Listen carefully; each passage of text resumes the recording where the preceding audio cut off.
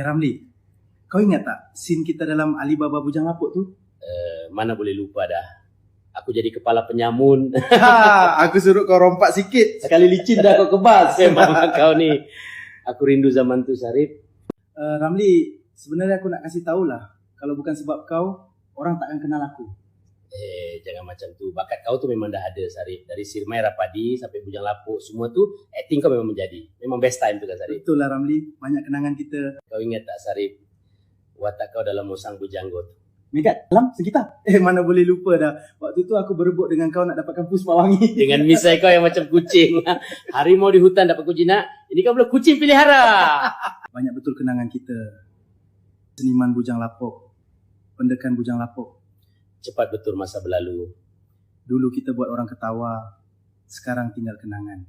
Selagi orang ingat, kita tak pernah hilang.